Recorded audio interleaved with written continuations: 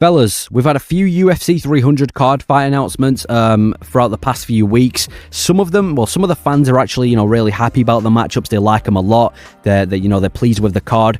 Other fans, there's a lot of fights that could have been much better than what we've already been given. So I'm going to be creating an alternate UFC 300 card now. I'm not just going to be creating my own card from scratch. I'm going to be involving at least one opponent from every fight that has currently been announced. And obviously, I know that the entire card hasn't been announced. It's only been a few, but I'm going to be changing at least one opponent from every current fight that's been announced. Starting off with Cody versus Bo Nickel. Not a terrible fight. It's a step up for Bo Nickel from Val Woodburn, but I've said this before. I think Bo Nickel versus Chris Curtis is one of the best fights you can make in the middleweight division, especially for Bo Nickel. First of all, on one end, you've got Chris Curtis. This guy has some of the best takedown defense in the middleweight division. I'm pretty sure a few fights ago, he actually had a 100% takedown defense in his entire MMA career. He's got great takedown defense, and when you're against a guy like Bo Nickel, and Bo Nickel's whole thing is about, grappling, wrestling specifically. He came from this wrestling background, and he's a big prospect because of his grappling. If we match him up against a guy with insane takedown defense, that's such a fun matchup. And then when it comes to striking, you've got Chris Curtis on one end, who's, a sharp boxer, amazing head movement, power as well, against Bo Nickel, who we haven't really seen much of him from the feet. I mean, we saw him knock out Val Woodburn in his last fight, but again, that was Val Woodburn. There's a big step up from Val Woodburn to Chris Curtis. On top of that, it's a chance for Bo Nickel to fight a ranked opponent and get ranked. I don't want to push him too much. I don't want to rush his career, but if he can get past a guy like Chris Curtis, we might be seeing Bo Nickel get ranked. And if Bo Nickel said he wants to win a belt in 2025, I think it's a perfect fight to start off, and it's a big test for him. So I've gone Bo Nickel versus Chris Curtis for the first matchup. The next matchup, it's been announced that Deiveson Figueiredo is going to be taking on Cody Garbrandt. Now, I don't hate the fight. Between Cody Garbrandt and Deiveson Figueiredo. Obviously, there's a lot of momentum on two of them right now because they're both coming off pretty impressive wins. I just think it's a little bit dangerous for Cody Garbrandt. You're against a guy that hits like a truck. Great Brazilian Jiu-Jitsu as well. Overall, really well-rounded. And you're known for not having the greatest chin. I'm not sure I want to see Cody Garbrandt get flatlined at UFC 300. I've put him up against a more favourable matchup for the fans, for him, but it's not an easy fight. And that's Dominick Cruz. We want to see the return of Dominick Cruz, and I think a fight slot on UFC 300 against Cody Garbrandt is the perfect fight that's going to entice Dominick Cruz to come back. We saw the first fight, one of the best and one of the most interesting build-ups to a fight we've ever seen, and one of the best displays we've ever seen in a fighter ever from Cody Garbrandt. Let's see the rematch. Dominick Cruz obviously got knocked out in his last fight in 2022 against Oliveira, so he's been out for a while. But again, that's against Marlon Vera, the guy who's about to challenge Sean O'Malley for the belt. There's not much shame in that. Dominick Cruz has been on the higher level for longer than Cody Garbrandt at bantamweight. Let's see them against each other. Let's have the fight rematch. Let's have it rebooked. One of the best possible fights you can make, in my opinion, in the bantamweight division for Cody Garbrandt. And on UFC 300 to top it off as well, a massive card like that. Let's see it again. Next fight. Aljamain Sterling versus Calvin Kattar. Now, I don't mind the matchup again. It's not one of those that I'm absolutely against. It's a debut at featherweight for Aljamain Sterling, but how cool would it be to see Aljamain Sterling face Brian Ortega? And by the way, I know Ortega's been already booked against, to fight somebody. I know there's quite a lot of fighters in this video that have already been booked to fight, and this is assuming that, they weren't booked to fight and this was before the fights got announced. But either way, yeah. Sterling versus Brian Ortega. You've got Brian Ortega on one end, one of the most dangerous submission artists in the featherweight division. Nearly submitted Volkanovski, multiple submissions on his record, and he is known for his insane jiu-jitsu, his insane grappling, and obviously his dangerous submissions. And then you've got Aljamain Sterling, known for his grappling, known for his elite jiu-jitsu, known for his submissions. You matched them up against each other. What a featherweight debut that would be for Aljamain Sterling. You're getting one of the best possible grappling matchups you can ask for in the featherweight division. And who knows, maybe their grappling's going to cancel each other out, and we're just going to see a really sloppy but a really fun scrap in the featherweight division on the feet. I think it's a good fight for both of them. It's a big slot for Brian Ortega to return at a big card like UFC 300. It's a featherweight debut for Sterling. I want to see that matchup. I hope we do see that matchup one day. Next fight, Eryk Prochazka versus Johnny Walker. Now, not Johnny Walker, Alexander Rakic. That was the current matchup that's been announced. I'm not against it. It's a return for Rakic against a guy like Eryk Prochazka. Now, The only problem with Johnny Walker versus Jiri Prochazka is the fact that it's too early of a turnaround for Johnny Walker because he's just been knocked out by Ankalaev. But let's assume UFC 300 was a little bit later. Let's make a little bit of a, let's kind of break the rules for this fight. Jiri Prochazka on one end, coming off a knockout over Alex Pereira. No shame, he looked good in the fight. No shame in getting knocked out against a guy like Pereira.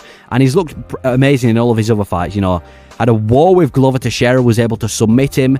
Knocked out Dominick Reyes. He's had not the longest UFC career, but he's looked good in pretty much every fight. And then you've got Johnny Walker, who was on a streak before the loss against Magomed Ankalaev. Don't forget about that. He was on a bit of a streak before the Ankalaev loss. Obviously got knocked out by Ankalaev. They're both coming off knockouts in their last fight, and it's a big win for both of them. And the main reason I've done this fight is how entertaining would this be for UFC 300?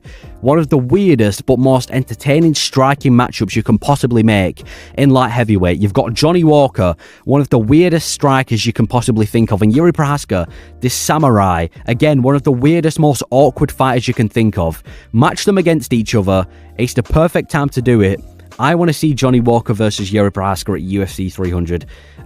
Yeah, let's see the fight. I hope we do see that one day, but that is what I've replaced Rakic for.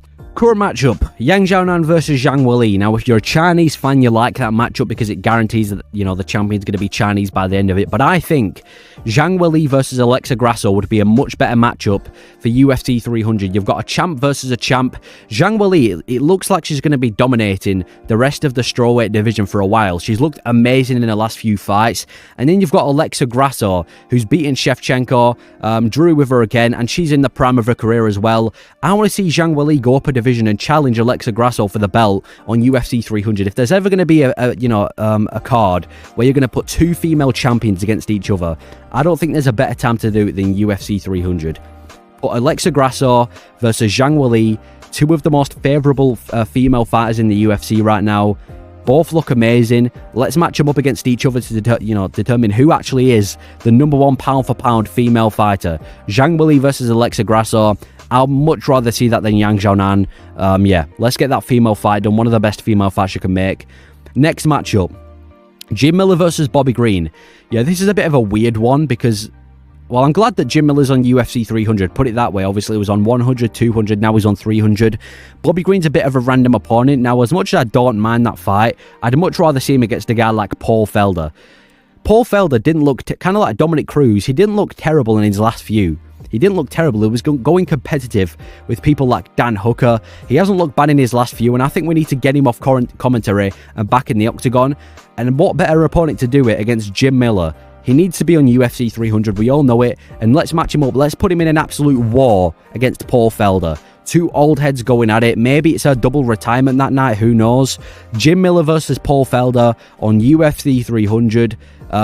It needs to happen. I want to see two old heads. Now, like I said, Bobby Green, he's a fun opponent, but if we can get Jim Miller back, I'm getting him back, and I want him back on 300 against Jim. If I can get Paul Felder back, I want him back on 300 against Jim Miller. Let's get Jim Miller versus Paul Felder. Insane matchup. Next fight, Max Holloway versus Justin Gaethje got announced. Now, this is the one where there's a lot of controversy because a lot of people think that on one end it's going to be a scrap, it's going to be a really entertaining fight. And on the other hand, there's a lot of people that think, Gaethje's just going to absolutely wallop Max Holloway. Now, I do agree with both of them. I do think Gaethje would maul Max Holloway, but I still think it's an entertaining fight. So if I had to change one thing about this fight, I would do Max Holloway versus Josh Emmett. Josh Emmett's got a lot of, he's got a lot of hype right now. He's coming off an absolutely brutal knockout over Bryce Mitchell. I kind of like it. You've got Josh Emmett's power versus Max Holloway's chin. It's one of the few opponents in the featherweight division that neither Holloway or Volk has actually fought yet.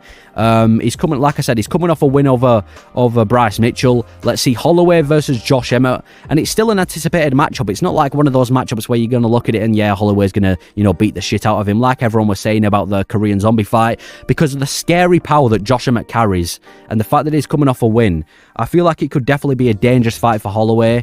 It's a great featherweight match. I want to see it, and if Josh Emmett can beat Max Holloway, that would be absolutely insane. And if Max Holloway can beat Josh Emmett, he's pretty much just collecting people for his featherweight resume that Volkanovski hasn't been able to beat.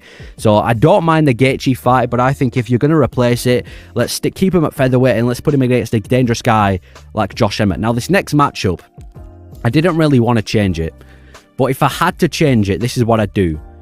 Charles Oliveira's got announced against Arman Tsarukyan. Now, I don't mind the matchup, but if I had to change it, I would do Charles Oliveira versus Justin Gaethje.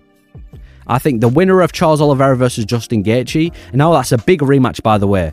It's a big rematch you can make. You know, Charles Oliveira, Gaethje, they fought before. He was actually somewhat competitive before Oliveira obviously dropped him and then took the back and found the rear naked choke and submitted Gaethje. It's a big rematch. They're both in this weird spot where it's kind of like who is going to fight for the belt next, because you've got Oliveira, who was a previous defending champion, who only lost to Islam, and then he, you know, goes and puts in an amazing performance against Beneil Dariush. And then you've got Gaethje, who's lost to Oliveira before. He's lost a lot of previous title shots. But he's coming off 2 impressive wins over Fiziev and Poirier.